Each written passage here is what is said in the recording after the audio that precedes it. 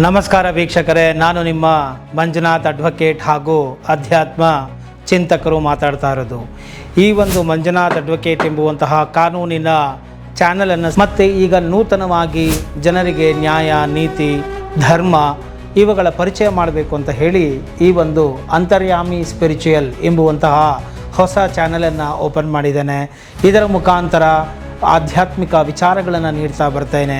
ನಮಸ್ಕಾರ ವೀಕ್ಷಕರೇ, ನಾನು ನಿಮ್ಮ ಮಂಜುನಾಥ್ ಅಡ್ವೊಕೇಟ್ ಮಾತಾಡ್ತಾ ಇರೋದು.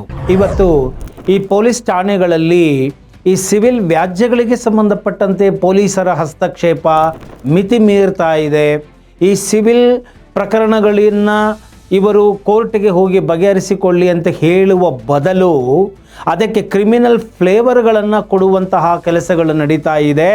ಹಾಗೂ ಆ ಒಂದು ಕ್ರಿಮಿನಲ್ ಫ್ಲೇವರ್ಗಳನ್ನು ಕೊಟ್ಟು ಬಿಡ್ತೇನೆ, FIR ಮಾಡಿಬಿಡ್ತೇನೆ, ಸೆಕ್ಷನ್ಗಳನ್ನ ಇನ್ಸರ್ಟ್ ಮಾಡಿಬಿಡ್ತೇನೆ, ಕೋರ್ಟ್ಗಳಿಗೆ ನೀವು ವರ್ಷಗಟ್ಟಲೆ ಅಲಿಯಂಗೆ ಮಾಡಿಬಿಡ್ತೇನೆ ಅಂತ ಹೇಳಿ ಏನೋ ಹೆದರಿಸುವಂತಹ ಒಂದು ಬೆದರಿಕೆಯ ತಂತ್ರಗಳು ಕೂಡ ನಡೀತಾ ಇದೆ. ಅಮಾಯಕ ಮುಗ್ಧ ಜನರು ಠಾಣೆಗಳಿಗೆ ಹೋದಾಗ ಅವರಿಗೆ ನ್ಯಾಯಯೋಚಿತವಾದಂತಹ ಒಂದು ಡಿಸ್ಕ್ರಿಷನ್ ವಿವೇಚನೆಯನ್ನು ಬಳಸಿ ಪ್ರಕರಣಗಳನ್ನು ಕೌನ್ಸಲಿಂಗ್ ಮಾಡೋದಾಗಬಹುದು, ಜನಸ್ನೇಹಿ ಒಂದು ವಾತಾವರಣ ಕೊಡೋದಾಗಿರ್ಬೋದು, ಆಗ್ತಾ ಇಲ್ಲ ಅಂತ ಹೇಳಿ ಸಾಕಷ್ಟು ವೀಕ್ಷಕರು, ಕಕ್ಷಿದಾರರು ನನಗೆ ಬಂದು ಹೇಳ್ತಾನೆ ಇರ್ತಾರೆ. ಸೊ ಈ ಒಂದು ಸಿವಿಲ್ ಪ್ರಕರಣಗಳಲ್ಲಿ ಹಸ್ತಕ್ಷೇಪ ಮಾಡಿದಂತಹ ಆರಕ್ಷಕರನ್ನು ಒದ್ದು ಒಳಗಡೆ ಹಾಕಿ ಅಂತ ಹೇಳಿ ಮೊನ್ನೆ ಎಲ್ಲ ಹೈಕೋರ್ಟಿನ ನ್ಯಾಯಾಧೀಶರು ಗರಂ ಆದಂತಹ ಒಂದು ವಿಡಿಯೋ ಕೂಡ ಎಲ್ಲೆಡೆಯೂ ಕೂಡ ವೈರಲ್ ಆಗಿದೆ. ಸೊ ಇಂತಹ ಸಂದರ್ಭಗಳಲ್ಲಿ ನಾನು ಏನು ಹೇಳಲಿಕ್ಕೆ ಬಯಸ್ತೇನೆ ಅಂತ ಹೇಳಿದ್ರೆ, ಇದಕ್ಕೆಲ್ಲ ಕಾರಣ ಏನು ಅಂತ ಹೇಳಿದರೆ ಸಾರ್ವಜನಿಕರಿಗೆ ಕಾನೂನಿನ ಅರಿವು ಇಲ್ಲದೆ ಇರೋದಾಗಿದೆ. ಮತ್ತು ಕಾನೂನಿನ ಜ್ಞಾನ ಇಲ್ಲದೆ ಇರೋದರಿಂದ ಅವರಿಗೆ ತಮ್ಮ ಹಕ್ಕುಗಳೇನು, ಮತ್ತು ನಮ್ಮ ಹಕ್ಕುಗಳನ್ನು ನಾವು ಕಾಯ್ದುಕೊಳ್ಳುವುದು ಹೇಗೆ, ರಕ್ಷಿಸಿಕೊಳ್ಳುವುದು ಹೇಗೆ ನಾವು ಇಂತಹ ಒಂದು ಭ್ರಷ್ಟ ವ್ಯವಸ್ಥೆಯ ವಿರುದ್ಧ ಹೋರಾಟ ಮಾಡುವುದು, ಯಾವ ಜಾಣ್ಮೆಯನ್ನು ನಾನು ವಹಿಸಬೇಕು, ಯಾವ ಎಚ್ಚರಿಕೆಯನ್ನು ವಹಿಸಬೇಕು ಎಂಬುದು ಅವರಿಗೆ ತಿಳಿಯದಿರುವುದೇ ಆಗಿದೆ. ಆದ್ದರಿಂದ ಕಾನೂನಿನ ಜಾಗೃತಿಯು ಬಹಳ ಮುಖ್ಯ ಅಂತ ಹೇಳಿ ಕಳೆದ 4 ವರ್ಷಗಳಿಂದ ನಾನು ಮಾಹಿತಿಗಳನ್ನು ಸರಿಸುಮಾರು 600ಕ್ಕೂ ಹೆಚ್ಚು ವಿಡಿಯೋಗಳನ್ನು ಕೊಡುವ ಮುಖಾಂತರ ಕಾನೂನು ಜಾಗೃತಿಯನ್ನು ಮೂಡಿಸುವ ಒಂದು ಪ್ರಯತ್ನವನ್ನು ಮಾಡ್ತಾ ಬಂದಿದ್ದೇನೆ.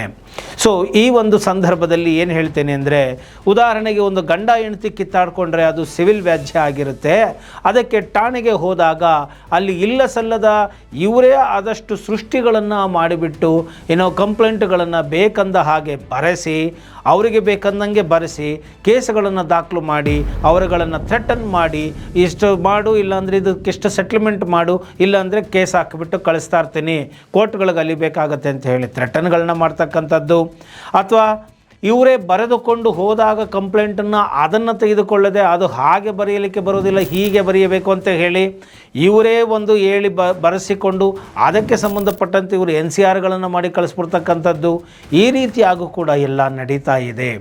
ಆದ್ದರಿಂದ ಈ ಒಂದು ಸಂದರ್ಭಗಳಲ್ಲಿ ಎಷ್ಟೋ ಬಾರಿ ಪೊಲೀಸರಿಗೆ ಕೊಟ್ಟಂತಹ ಈ ಒಂದು ವಿವೇಚನಾ ಮತ್ತು ಎನ್ಕ್ವೈರಿ ವಿಚಾರಣೆ ಮಾಡುವಂತಹ ಅವಧಿಯ ಒಂದು ದುರುಪಯೋಗ ಕೂಡ ಈಗ ಹೆಚ್ಚು ಆಗ್ತಾ ಇದೆಯೇನೋ ಅಂತ ಅನಿಸುತ್ತೆ. ಈ ಹೊಸ ಕಾನೂನು ಬಂದ ಮೇಲೆ, ಈ BNSS ಅನ್ನೋದು ಬಂದ ಮೇಲೆ ಇವರಿಗೆ 15ರಿಂದ 18 ದಿವಸಗಳವರೆಗೂ ಕೂಡ ಅದನ್ನು ಎನ್ಕ್ವೈರಿ ಮಾಡುವಂತಹ ಒಂದು ಅವಕಾಶ ಸಿಕ್ಕಿರೋದ್ರಿಂದ ಏನಾಗ್ತಾ ಇದೆ, ದುರುಪಯೋಗ ಆಗ್ತಾ ಇದೆ, ಅಧಿಕಾರದ ದುರುಪಯೋಗ ಮತ್ತು ದೌರ್ಜನ್ಯಗಳು ಆಗ್ತಾ ಇದ್ದಾವೆ. ಉಳ್ಳವರು ಬಂದಾಗ, ಶ್ರೀಮಂತರು ಬಂದಾಗ ಯಾವ ತರ್ಕ ವಿಚಾರಣೆಗಳು ಮಾಡದೆ, ಯಾವುದೇ ತರಹದ ಪ್ರೈಮಾ ಫೇಸಿ ಇಲ್ಲದೆ ಹೋದರೂ ಕೂಡ FIRಗಳನ್ನು ದಾಖಲು ಮಾಡಿರ್ತಾರೆ. ಮತ್ತು ಪಾರ್ಟಿಗಳಿಗೆ ಕರೆದೇ ಇರಲ್ಲ, ಹೇಳಿಯೂ ಇರಲ್ಲ. ಹಿಂಗೊಂದು ಕಂಪ್ಲೇಂಟ್ ಬಂದಿದೆ ಅನ್ನೋದೇ ಅವ್ರಿಗೆ ಗೊತ್ತಿರೋದಿಲ್ಲ. ತಿಂಗಳುಗಟ್ಟಲೆ ಆದಮೇಲೆ FIRಗಳನ್ನ ತಗೊಂಡು ಬಂದು ತೋರಿಸ್ತಾರೆ, FIR ಆಗಿದೆ ಬನ್ನಿ ಅಂತಾರೆ. ಇಲ್ಲ, ಅದು ಕೋರ್ಟ್ಗೆ ಹೋದ್ಮೇಲೆ ಸಮನ್ಸ್ ಬಂದಾಗ ಗೊತ್ತಾಗ್ತದೆ ಹಿಂಗಾಗಿದೆ ಅಂಥೇಳಿ. ಈ ರೀತಿಯಾದಂತಹ ಒಂದು ಕೇಸುಗಳು ಕೂಡ ನನ್ನ ಬಳಿ ಬರ್ತಾ ಇದ್ದಾವೆ. ಇದು ಎಷ್ಟು ವ್ಯವಸ್ಥೆಗೆ ಹಿಡಿದಂತಹ ಕನ್ನಡಿಯಾಗಿದೆ. ಮತ್ತು ಈ ಒಂದು ಗಂಡ ಹೆಂಡತಿ ಜಗಳ ಮಾಡಿಕೊಂಡು ಹೋದಾಗ ಅದನ್ನು ಫ್ಯಾಮಿಲಿ ಕೋರ್ಟಲ್ಲೇ ಬಗೆಹರಿಸಿಕೊಳ್ಳಿ ಅಂತ ಹೇಳದೆ ಈ ರೀತಿಯಾಗಿ ಕ್ರಿಮಿನಲ್ ಫ್ಲೇವರ್ಗಳನ್ನು ಹಾಕಿ ಕೇಸುಗಳನ್ನು ಮಾಡುವುದು ತಪ್ಪಾಗುತ್ತೆ ಎಂಬುದನ್ನು ನಾನು ಇಲ್ಲಿ ಹೇಳಲಿಕ್ಕೆ ಬಯಸ್ತೇನೆ. ಮತ್ತು ಈಗ ನೋಡಿ, ಯಾವುದೋ ಒಂದು ಹುಡುಗ ಹುಡುಗಿ ಏನೋ ಒಂದು ಪ್ರೇಮ ಪ್ರಸಂಗ ಅದು ಇದು ಅಂತ ಏನೋ ಒಂದು ಮಾಡ್ಕೊಂಡಿರ್ತಾರೆ. ಸೊ ಅದು ಆ ಒಂದು ವ್ಯಾಜ್ಯಗಳು ಬಂದಾಗ ಅದು ಕೋರ್ಟಿನಲ್ಲಿ ಬಗೆಹರಿಸಿಕೊಳ್ಳಬೇಕು. ಅದನ್ನು ಬಿಟ್ಟು ಅವ್ರ ಹತ್ರ ಇರುವಂತಹ ಎಲ್ಲ ಮೊಬೈಲ್ಗಳನ್ನ ಕಿತ್ಕೊಳ್ಳೋದು, ಸೀಸ್ಗಳನ್ನ ಮಾಡ್ಕೊಂಡು ಬಿಡೋದು, ಮತ್ತು ಅಲ್ಲಿ ಇರ್ತಕ್ಕಂಥ ಎಲ್ಲ ಅವನಿಗೆ ವೈಯಕ್ತಿಕವಾಗಿ ಸಂಬಂಧಪಟ್ಟಂಥ ದಾಖಲೆಗಳು ವಿಷಯಗಳು ಏನೇನೋ ಇರುತ್ತೆ ಅದನ್ನೆಲ್ಲ ಇವರು ತೊಗೊಂಡ್ಬಿಡೋದು. It is against and violation of right to privacy. ಖಾಸಗಿಯ ಒಂದು ಹಕ್ಕಿನ ಉಲ್ಲಂಘನೆ ಆಗುತ್ತೆ.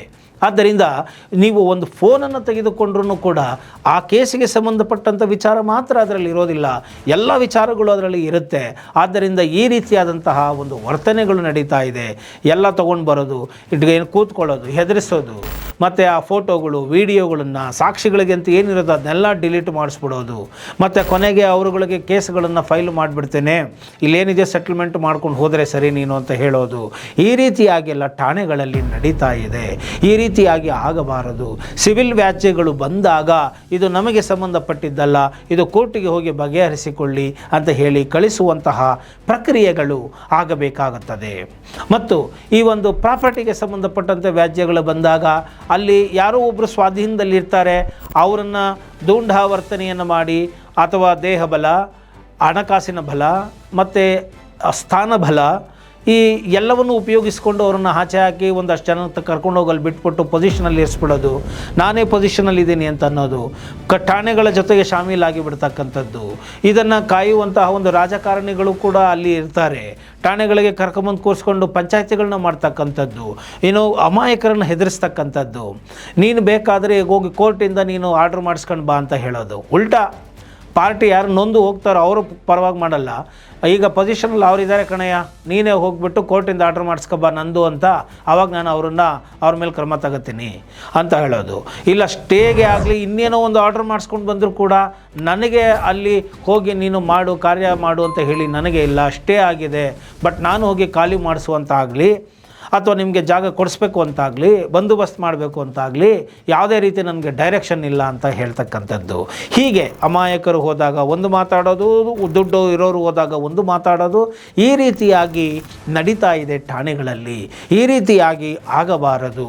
ಕಾನೂನಿನ ತಿಳುವಳಿಕೆ ಇದ್ದಾಗ ನೀವು ಕೇಳಬಹುದಾಗುತ್ತೆ. ಆದ್ದರಿಂದ ಈ ಒಂದು ಈಗ ನೋಡಿ, ಯಾರೋ ಒಬ್ಬರು ಮನೆಯಲ್ಲಿ ಇರ್ತಾರೆ, ಬಾಡಿಗೆ ಮಾಲೀಕನ ಒಂದು ತಗಾದೆ ಆಗುತ್ತೆ, ಅದು ಸಿವಿಲ್ ಪ್ರಕರಣ ಆಗಿರುತ್ತೆ. ಅದನ್ನು ಕೂರಿಸ್ಕೊಂಡು ಮನೆ ಯಾವುದೋ ಒಬ್ಬ ಪಾಪ ಓನರು ಇನ್ನೊಬ್ರಿಗೆ ಮಾರಾಟ ಮಾಡಿದ್ದಾನೆ.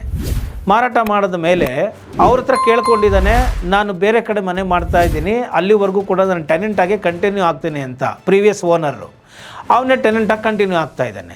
ಈಗ ಮನೆ ಮುಗಿದ ಮೇಲೆ ನಾನು ಖಾಲಿ ಮಾಡ್ಕೊಂಡು ಹೋಗ್ತೀನಿ ಅಂದರೆ ಅದಕ್ಕೆ ಕೇಳೋಕ್ಕೆ ರೆಡಿ ಇಲ್ಲ. ಅದಕ್ಕೆ ಠಾಣೆಗಳಿಗೆ ಹೋಗಿ ಕಂಪ್ಲೇಂಟ್ ಮಾಡೋದು, MLA ಕಡೆಯವ್ರುಗಳ್ನ ಕರ್ಸ್ಕೊಂಬಂದು ಕೂರಿಸ್ಕೊಳ್ಳೋದು, ದಂಡು ಹೋಗಿ ಠಾಣೆಗಳಲ್ಲಿ ಕೂತ್ಕೊಳ್ಳೋದು, ಮತ್ತು ಯಾವುದೋ ಒಂದು ಬೇಕಾಬಿಟ್ಟು ಮಾತಾಡೋದು, ಅಲ್ಲಿ ಠಾಣೆಗಳಲ್ಲಿ ಹೆದರಿಸೋದು, ಅಶ್ಲೀಲ ಅವಾಚ್ಯ ಶಬ್ದಗಳನ್ನು ಬಳಸೋದು. ಹಾಗೆ ಮಾಡ್ತಾಯಿದ್ರು ಕೂಡ ಅವರನ್ನು ಕೇಳುವಂತಹ ಒಂದು ಉಮೇದುಗಾರಿಕೆನೂ ಇವರು ವಹಿಸೋದಿಲ್ಲ. ಅಥವಾ ಅವ್ರನ್ನ ಇದು ಠಾಣೆ, ಇದು ಶಿಸ್ತು ಬೇಕು, ಇಲ್ಲಿ ಹೀಗೆ ಮಾಡ್ಕೋರ್ದು, ಹೀಗೆ ಮಾಡಿದ್ರೆ ಬೂಟ್ನಲ್ಲಿ ಹೊಡಿತೀನಿ, ಇಲ್ಲಿ ಸೌಜನ್ಯತೆ ಕಾಪಾಡಬೇಕು, ಶಿಷ್ಟಾಚಾರ ಇದೆ, ಇಲ್ಲಿ ಕಾನೂನು ಕೈಗೆತ್ಕೊಳ್ಳೋಂಗಿಲ್ಲ, ಇಲ್ಲಿ ಏನಿದ್ರೂ ಚೌಕಟ್ಟಿನಲ್ಲಿ ನೀವು ಮಾತಾಡಬೇಕು, ಈ ರೀತಿಯಾಗಿ ಹೇಳಿ ಒಂದು ಹದ್ದುಬಸ್ತಲ್ಲಿ ತಗೊಂಡು ಠಾಣೆಗಳಿಗೆ ಕರೆಸಿಕೊಂಡಾಗ ಠಾಣೆಯಿಂದ ಕರೆ ಬಂತು ಅಂತ ಹೋದವರಿಗೆ ರಕ್ಷಣೆ ಇಲ್ಲ. ಮತ್ತು ಯಾರ್ಯಾರನ್ನೋ ಕರ್ಕೊಬಂದು ಕೂರಿಸ್ಕೊಂಡು ಅಲ್ಲಿ ಗೂಂಡಾಗಿರಿಗಳನ್ನ ಮಾಡ್ಕೊಂಡು ಕೂತಿರ್ತಾರೆ. ಅಮಾಯಕರು ಏನು ಮಾಡಿಬಿಡ್ತಾರೆ, ಹೆದರು ಬಿಡ್ತಾರೆ. ಕಾನೂನಿನ ತಿಳುವಳಿಕೆ ಇಲ್ಲದೆ ಇರೋರು, ಬಡವರು ಹೆದರು ಬಿಡ್ತಾರೆ. ಇವ್ರನ್ನೆಲ್ಲ ಎದುರಾಕೊಂಡು ನಾವು ಏನಪ್ಪ ಇಲ್ಲಿ ಹೋರಾಟ ಮಾಡೋದು? ಕೋರ್ಟು ಅಂದರೆ ಮೊದಲೇ ಜನಗಳಿಗೆ ಅಸಡ್ಡೆ. ಯಾಕೆ ಅಂತ ಹೇಳಿದ್ರೆ ಇದು ಇವತ್ತು ಇತ್ಯರ್ಥ ಆಗಲ್ಲ. ಈಗೇನಾದ್ರು ಕೇಸ್ ಹಾಕಿದ್ರೆ ವರ್ಷಗಟ್ಟಲೆ ಓಡಾಡಬೇಕು. ಯಾಕೆ ಬೇಕು ಇಂಥದ್ದು ಅನ್ನೋ ಥರಂಥ ವ್ಯವಸ್ಥೆಗಳು ನಮ್ಮಲ್ಲಿ ಇರೋದು ಬದಲಾವಣೆ ಆಗಬೇಕು. ಈ ಸಿವಿಲ್ ವ್ಯಾಜ್ಯಗಳಿಗೆ ಈ ರೀತಿಯಾದಂತಹ ವ್ಯವಸ್ಥೆಗಳು ಬರಬಾರ್ದು. ಪೊಲೀಸರು ಈ ರೀತಿಯಾದಂಥ ಮೂಗು ತೋರಿಸಬಾರ್ದು. ನೋಡಿ, ಅವರು ಬಾಡಿಗೆಗಿರೋನ್ನ ಕರ್ಕೊಂಬಂದು ಕೂರಿಸ್ಕೊಳ್ಳೋದು, ಬೆಳಗ್ಗೆ ಕರ್ಸೋ ಸಂಜೆವರೆಗೂ ಕೂರಿಸ್ಕೊಳ್ಳೋದು. ಅವನು ಯಾರೋ ಫೋನ್ ಮಾಡ್ದೆ, ಇವ್ರು ಯಾರೋ ಫೋನ್ ಮಾಡ್ದೆ, ಬನ್ರಿ ಇಲ್ಲಿ ಅಂತ ಕರ್ಸ್ಕೊಳ್ಳೋದು, ಕೂರಿಸ್ಕೊಳ್ಳೋದು. ಯಾಕೆ ಈ ರೀತಿಯಾದಂಥ ವ್ಯವಸ್ಥೆ? ಮನೆ ಖಾಲಿ ಮಾಡಿಸ್ಕೊಡೋದು ಪೊಲೀಸರ ಕರ್ತವ್ಯನ, ಅವ್ರ ಕೆಲಸನ? ಯಾಕೆ ಇವರು ಠಾಣೆಗಳಿಗೆ ಕರೆದು ಬೆಳಗಿನ ಸಂಜೆವರೆಗೂ ಕೂರಿಸ್ಕೋತಾರೆ ಅಮಾಯಕರನ್ನು? ಯಾಕೆ ಹಿಂಗೆಲ್ಲ ನಡೀತಾ ಇದೆ? ಇದೆಲ್ಲ ಏನೋ ಒಂದು ಸರ್ಕ್ಯುಲರ್ ಕೊಟ್ಟುಬಿಟ್ರೆ ಆಗೋಗೋದಿಲ್ಲ. ಕೋರ್ಟುಗಳು ಕೂಡ ಇದನ್ನೆಲ್ಲ ಸೂಪರ್ವೈಸು ಮೇಂಟೈನ್ ಮಾಡಬೇಕು. ಠಾಣೆಗಳಲ್ಲಿ 6 ತಿಂಗಳವರೆಗೂ CCTV ಆಡಿಯೋ ವಿಡಿಯೋ ಎಲ್ಲ ಇರಬೇಕು ಅಂತೀರಾ.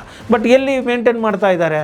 ಈ ರೀತಿಯಾಗೆಲ್ಲ ದೌರ್ಜನ್ಯಗಳಾದಾಗ ನಮಗೆ CCTV ಫುಟೇಜ್ ಬೇಕು ಅಂದರೆ ಅದು ಕೆಟ್ಟೋಗಿದೆ, ಇದು ಕೆಟ್ಟೋಗಿದೆ ಅಂತ ಹೇಳ್ತಾರೆ. ಯಾವುದೋ ಒಂದು ವ್ಯಾಜ್ಯ ಆಗಿದೆ, ಹೆಣ್ಣು ಮಕ್ಕಳು ಹೋಗಿದ್ದಾರೆ, ಅಂತಹ ಸಂದರ್ಭದಲ್ಲಿ ಆಪೋಸಿಟ್ ಅವ್ರು ಕರ್ಕೊಂಬಂದು ಅವ್ರಿವರು ಕೂರಿಸ್ಕೊಂಡು ಅಲ್ಲಿನ ಪಟೇಲರುಗಳು ಇನ್ಯಾರೋ ಒಂದು ರಾಜಕೀಯದವ್ರನ್ನ ಕರ್ಕೊಂಬಂದು ಕೂರಿಸ್ಕೊಂಡು ವಾಚಾಮನ ಆ ಒಂದು ಹೆಣ್ಮಕ್ಳಿಗೆ ಬೈದಿದ್ದಾರೆ, ಕೆಟ್ಟದಾಗಿ ಬೈದಿದ್ದಾರೆ, ಅಶ್ಲೀಲವಾಗಿ ಬೈದಿದ್ದಾರೆ. ನೋಡಿಕೊಂಡು ಪೊಲೀಸರು ನಕ್ಕಕ್ಕೆ ಕೂತಿರ್ತಾರೆ. ಮತ್ತು ಯಾಕೆ ಹೋಗಬೇಕು ಠಾಣೆಗಳಿಗೆ ಇವರು ಕರೆದಾಗ? ಇವರು ರಕ್ಷಣೆ ಕೊಡಲಿಲ್ಲ ಅಂದರೆ? ಈ ತರಹದ ಘಟನೆಗಳು ಠಾಣೆಗಳಲ್ಲಿ ನಡೀತಾ ಇದೆ. ಇದು ಸುಪ್ರೀಂ ಕೋರ್ಟು ಆರ್ಡ್ರ್ ಮಾಡಿಬಿಟ್ರೆ ಆಗೋಗಲಿಲ್ಲ, ಅದು ಸೂಪರ್ವೈಸ್ ಮಾಡಬೇಕು.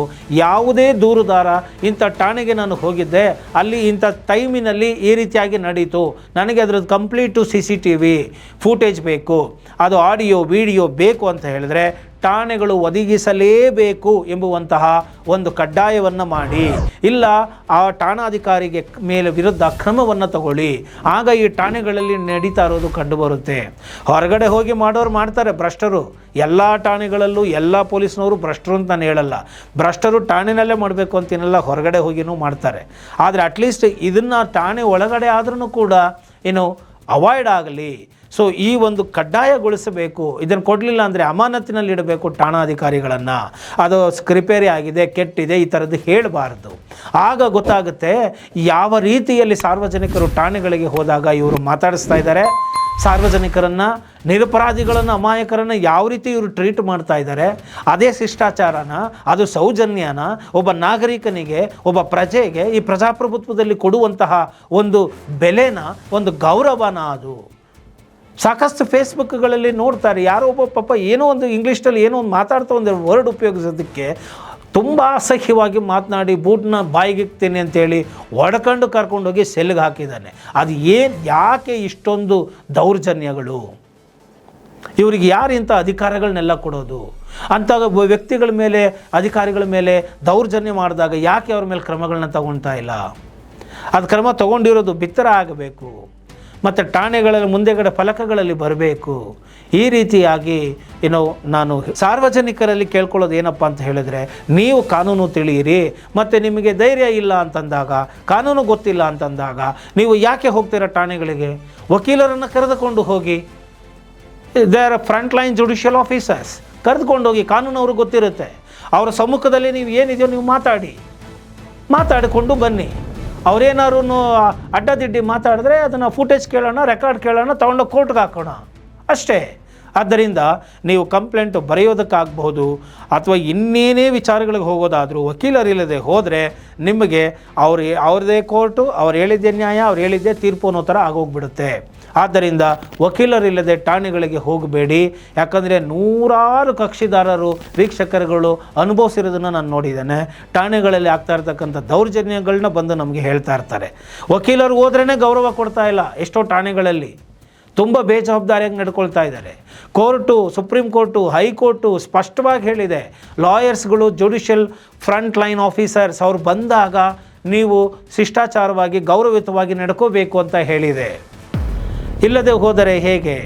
ಆದರೂ ಕೂಡ ಅವರು ನಡ್ಕೊಳ್ತಾ ಇರ್ತಾರೆ. ಇರಲಿ, ವಕೀಲರ ಹತ್ರ ಅವ್ರು ಹಂಗೆ ನಡ್ಕೊಂಡ್ರೆ ಅದು ಯಾವ ರೀತಿಯಾಗಿ ಕೋರ್ಟಿಗೆ ತಂದು ಹಾಕಬೇಕು, ಅದನ್ನು ಯಾವ ರೀತಿ ಪ್ರಶ್ನೆ ಮಾಡಬೇಕು, ಅದಕ್ಕೇನು ಕ್ರಮ ತಗೋಬೇಕು ಅನ್ನೋದು ವಕೀಲರಿಗೆ ಗೊತ್ತಿರುತ್ತೆ. ಅವರೇನು ಹೆದರ್ಕೊಂಬಿಡೋದಿಲ್ಲ. ಆದ್ದರಿಂದ ವಕೀಲರನ್ನ ಕರ್ಕೊಂಡು ಹೋಗಿ ನಿಮ್ದು ಏನೇ ಸಮಸ್ಯೆಗಳಿದ್ದರೂ ಅಥವಾ ನಿಮ್ಗೇನೇ ದೌರ್ಜನ್ಯಗಳಾಗಿದ್ದರೂ ಪೊಲೀಸರ ವಿರುದ್ಧ ಏನೇ ಕ್ರಮ ತೊಗೋಬೇಕಂದ್ರು ಪೊಲೀಸ್ ಕಂಪ್ಲೇಂಟ್ ಅಥಾರಿಟಿಗಳಲ್ಲಿ ಹೋಗಿ ನೀವು ಕ್ರಮಗಳನ್ನ ತಗೊಳ್ಳಿ. ಸುಳ್ಳು FIRಗಳಾಗಿದ್ದರೆ ಹೈಕೋರ್ಟ್ಗೆ ಹೋಗಿ ಕ್ವಾಶ್ ಮಾಡಿಸ್ಕೊಳ್ಳಿ. ಇದೆಲ್ಲ ನೀವು ಮಾಡಿಸ್ಕೋಬೋದು. ನಿಮಗೇನಾದರೂ ನಿಮ್ಮ ಹತ್ತಿರ ಇರುವಂಥ ವಕೀಲರುಗಳ ಬಳಿ ಹೋಗಿ, ಇಲ್ಲ ಅಂದರೆ ನಮ್ಮಿಂದನೇ ಏನಾದರೂ ನಿಮಗೆ ಸೇವೆ ಬೇಕಾಗಿದೆ ಅದಲ್ಲಿ ನೀವು ಬಂದು ನನ್ನನ್ನು ಭೇಟಿ ಮಾಡ್ಬೋದು. ಕರ್ನಾಟಕದಾದ್ಯಂತ ಸರ್ವಿಸನ್ನು ನಾವು ಕೊಡಲಾಗ್ತಾ ಇದ್ದೇವೆ. ಸಾಕಷ್ಟು ಕೇಸುಗಳನ್ನು ನಡೆಸಿರೋ ಅನುಭವಗಳಿದ್ದಾವೆ. ನೀವು ಒಂದು ನೆಮ್ಮದಿಯಿಂದ ಇರಬೇಕು, ಕಾನೂನನ್ನು ನೀವು ತಿಳ್ಕೊಳ್ಬೇಕು. ನಿಮ್ಗೆ ಅನ್ಯಾಯ ಆದಾಗ ಸೇವೆ ಮಾಡಲಿಕ್ಕೆ ವಕೀಲರಾಗಿ ನಾವು ಇದ್ದೇ ಇದ್ದೇವೆ. ಆ ಸೇವೆಯನ್ನು ನೀವು ಪಡ್ಕೊಳ್ಳಿ ಮತ್ತು ನಿಮ್ಮ ಹಕ್ಕನ್ನು ನೀವು ಜಾರಿಗೊಳಿಸಿ ಧೈರ್ಯವಾಗಿ ಮುನ್ನುಗ್ಗಿ. ಮತ್ತು ಈ ಸಿವಿಲ್ ಪ್ರಕರಣಗಳಲ್ಲಿ ಪೊಲೀಸರ ಹಸ್ತಕ್ಷೇಪ ಆದಾಗ ನೀವು ಧೈರ್ಯವಾಗಿ ಅದನ್ನು ಪ್ರತಿಭಟಿಸಿ, ಎದುರಿಸಿ, ಮತ್ತು ಅದಕ್ಕೆ ನೀವು ಯಾವುದೇ ರೀತಿಯಾದಂಥ ಹೆದರಿಕೆಯನ್ನು ಇಲ್ಲದೆ ಧೈರ್ಯವಾಗಿ ಉತ್ತರವನ್ನು ಕೊಡಿ. ಸೊ ವಕೀಲರುಗಳನ್ನ ಕರ್ಕೊಂಡು ಹೋಗೋದನ್ನು ಕಲ್ತ್ಕೊಳ್ಳಿ.